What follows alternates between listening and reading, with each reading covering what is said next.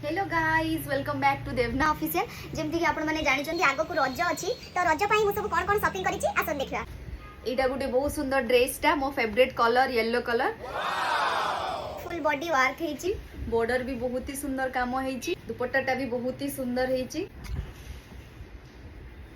आउ एटा गुटे बहुत ही सुंदर साड़ीटा ग्रीन कलर कंट्रास्ट कलर अछि यार ब्लाउज मु यार ऑलरेडी बनै देछि डार्क ग्रीन मरून। एटा गुटे बहुत ही सुंदर साड़ीटा मोर बहुत ही पसंद या देहरे सब हरिण अछंती।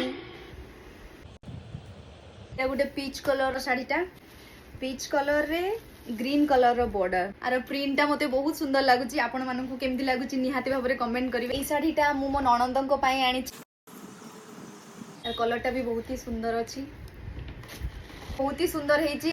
निहाती भाबरे आपण कमेंट करिवे आपनको को साड़ीटा बेसी भल लागुची। आउ ए सब होची टांगाली साड़ी मो मम्मी सब कोलकाता रो आनी। एटा ग्रीन कलर साड़ीटा बहुत ही सुंदर हेछि, एटा भी बहुत सुंदर हेछि। मल्टी कलर फ्लावर अछि आ ऊपर एटा भी गुटे same print row but colour अलगा।